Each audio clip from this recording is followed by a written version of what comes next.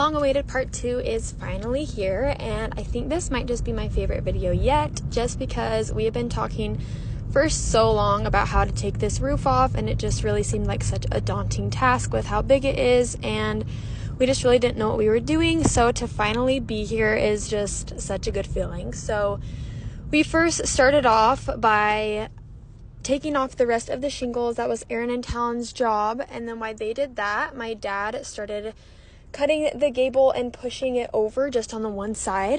I was really nervous to start taking off the rafters just because I felt like, they're so tall and so high up, it just really looks kind of scary, and I didn't know how that was going to go, but my dad was not worried about it at all and just super confident that that would be the easiest part. So, of course, he was right.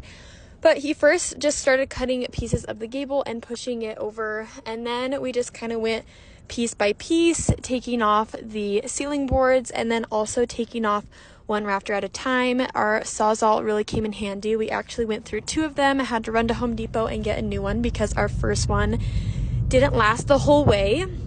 But yeah, like I said, we just kind of went piece by piece.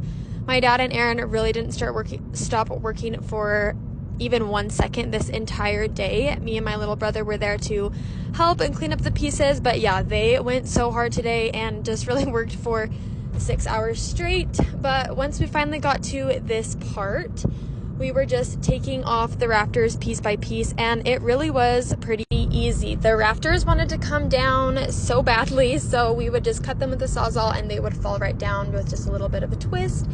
And then this was the craziest part of the entire day. Instead of cutting this piece, my dad just decided we were going to push the whole thing over.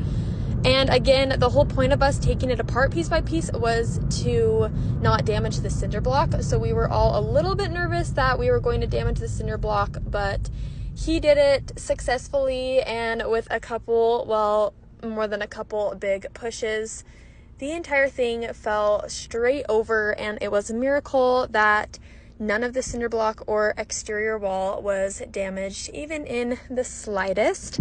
So we have the entire roof off, and I'm so excited to be done with demo. Obviously, we have a huge cleanup to do, but we are now fully in the building stage, and I just can't believe it, and I'm so excited, and thank you for following along in our journey. Let me know if you have any more questions. Bye!